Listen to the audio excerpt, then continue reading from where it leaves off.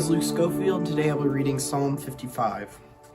Listen to my prayer, O God, and do not ignore my plea. Hear and answer, for my thoughts do dismay and trouble me. At the voice of enemies, at the stares of wicked ones, they bring suffering down on me. Their sharp taunt is never done. My heart is in anguish sore. Death's great terror assails me. Fear and trembling plague me more. Horror has overtaken me. I say, oh, that I could fly far away and be at rest. I would flee far as the skies, shelter far from storm's tempest.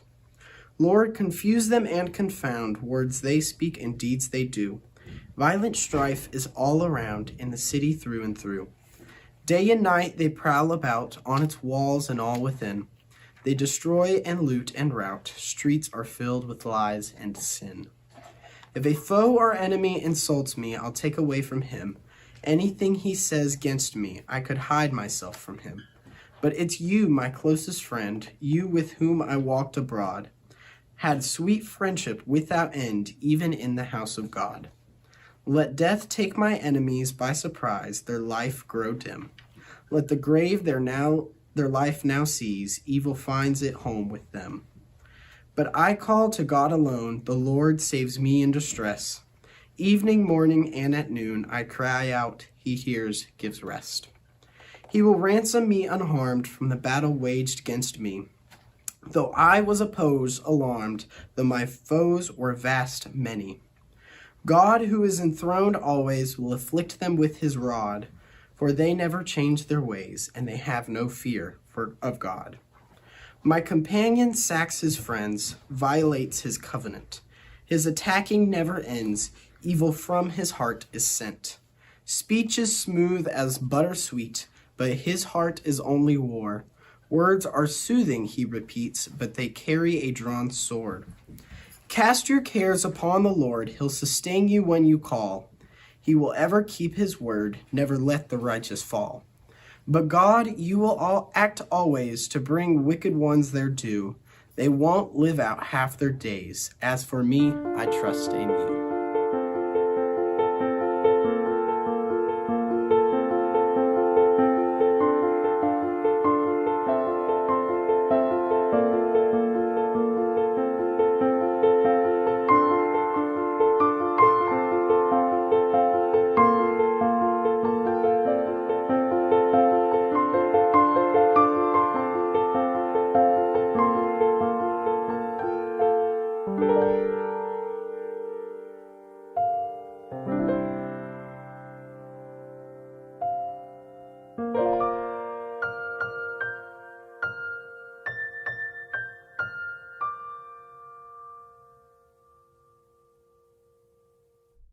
Hello, today this is Pastor Steve with your message of hope, and we're looking at the 55th Psalm.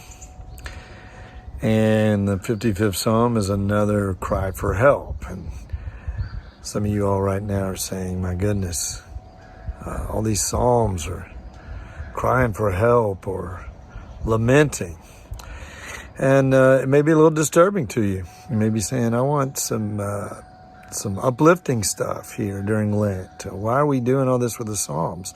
And perhaps the Psalms disturb you in some ways. And they really should, because they sort of puncture the myth that's developed that's not really biblical of prosperity gospel or feel-good Christianity, where,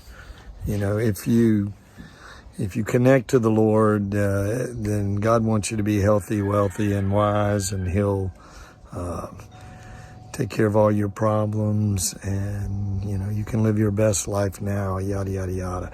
And so, the Psalms sort of puncture that, because in the Psalms we read a lot, which is the songbook and of ancient Israel for over 1,000 years, and has been the songbook for the Christian church for 2,000 years.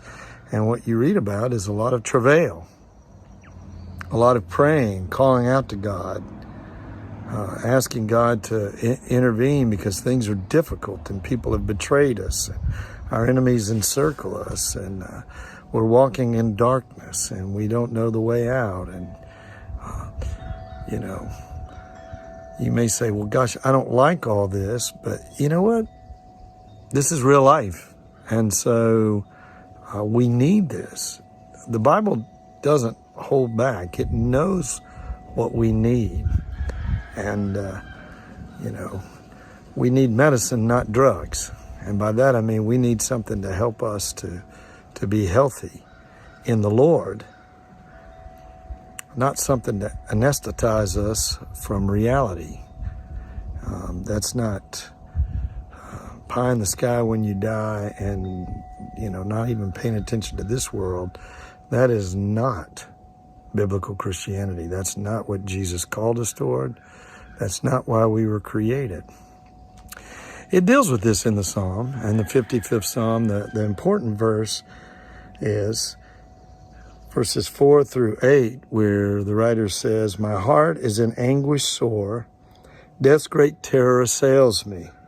Fear and trembling plague me more, horror has overtaken me. I said, oh, that I could fly far away and be at rest. I would flee far as the sky, shelter far from the storm's tempest. Yeah, we have that desire. I just want to escape this. Oh, if I had the wings of a dove, I would just fly away, right? But that doesn't fix our problems. That doesn't help anyone else. That's just a desire to just escape and be free.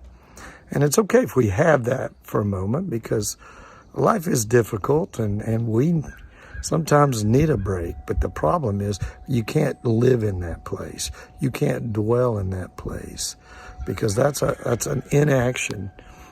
Really, as I talked about in my sermon a couple of weeks ago, that's a manifestation of anxiety that paralyzes us and lets us retreat. And we end up becoming depressed from that. We think we're escaping, but we're only numbing ourselves and becoming depressed.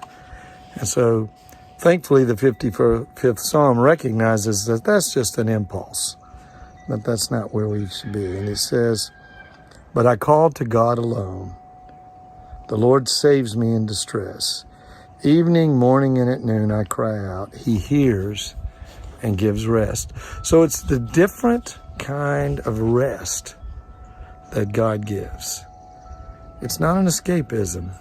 It's not living in a depressed state where we've shut down because of anxiety, but it's a blessed rest of trusting in God and knowing that God has got this. And he finally ends up, verse 22, cast your cares upon the Lord. He'll sustain you when you call.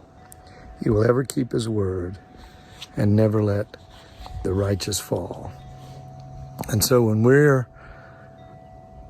our heart is travailing within us and torn up, rather than say, oh, I'll just flee from this thing, you know, watch an escapist movie, or, you know, there may be times where you need to do a little something, but don't just live in that.